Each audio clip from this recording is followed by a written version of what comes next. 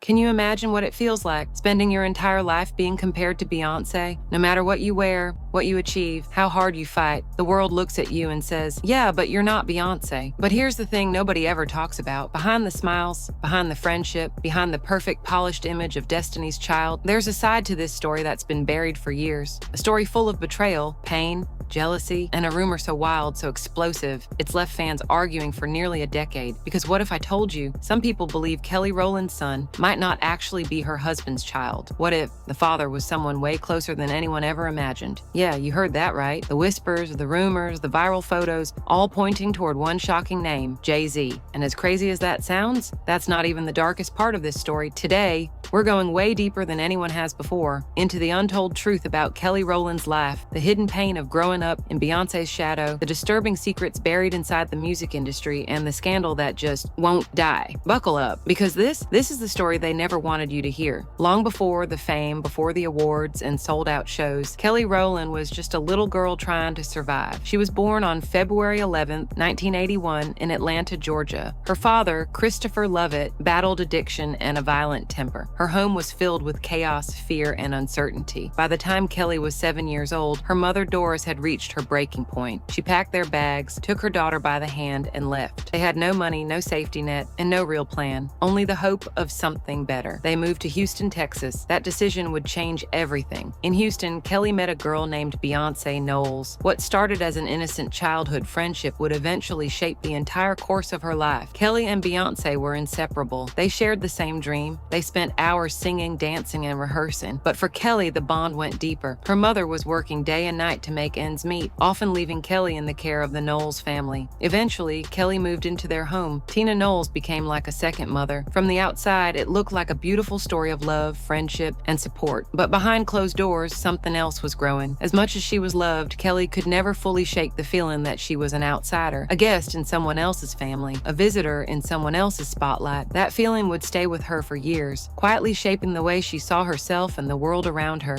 Are you ready to hear how that shadow followed her into Destiny's Child? Because things were about to get even more complicated. Destiny's Child was never just a girl group. It was a machine, a brand, a carefully managed empire designed to launch one superstar, while everyone else fought for space in the background. In the beginning, it was supposed to be about sisterhood, about 4 young girls chasing the same dream. But even from day one, the cracks were there. The group started as Girls' Time, performing at local events and even competing on Star Search. They lost. They were dropped by their label. They were told they weren't good enough, but none of that mattered because Matthew Knowles had a plan. Beyoncé's father stepped in as their manager. His mission was clear: make his daughter a star at any cost. And whether anyone admits it or not, the rest of the group became part of that plan. The deals started coming. The fame started growing. The hit songs, No, No, No, Bills, Bills, Bills, Say My Name, turned them into international icons. But while the world celebrated Destiny's Child, behind the scenes, the atmosphere was suffocating. Original members were quietly replaced, friendships fractured, lawsuits were filed, and through it all, one thing never changed. Beyoncé was always front and center. Kelly smiled through it. She posed for the photos, sang the harmonies, and did everything the team asked. But deep down, the weight of always being the second choice started to grow. She loved Beyoncé. They were family. But how do you survive when your entire identity is built around standing next to someone else's spotlight? And just when Kelly thought the pressure couldn't get worse, the rumors started. Whispers that would follow her for the rest of her life. Whispers about a secret so wild, so scandalous, that even Destiny's Child couldn't prepare her for what was coming next. For years, fans have whispered about it. At first, it sounded impossible and easy to dismiss, but the rumor never fully disappeared. The claim is simple: Kelly Rowland's son might not be her husband's child. Some believe the real father is Jay-Z. It sounds outrageous. It sounds like pure gossip, but then the internet did what it always does. People started looking closer. Side-by-side photos began spreading online. Fans compared Jay-Z's face to Kelly's son, Titan. The similarities were impossible to ignore. The same jawline, the same smile, the same eyes. Comment sections filled with people saying the same thing. Some argued it was just coincidence. Others were convinced there was something more. Posts went viral with people claiming Titan looks more like Jay-Z than his own biological kids. One comment simply said, "How are we still pretending we don't see this?" Things escalated when Jay-Z ran into Kelly at a movie premiere. At first, he walked right past her like he didn't recognize her at all. But the second he realized it was Kelly, his entire energy shifted. His face lit up. He smiled, got excited, and fans immediately noticed. For years, Everyone believed Jay-Z and Kelly were just friends. But some now wonder how close they actually were. Some fans started looking back, pointing out gaps when Kelly disappeared from the public. Others questioned moments when Beyoncé seemed distant from her, wondering if there was a deeper reason behind it.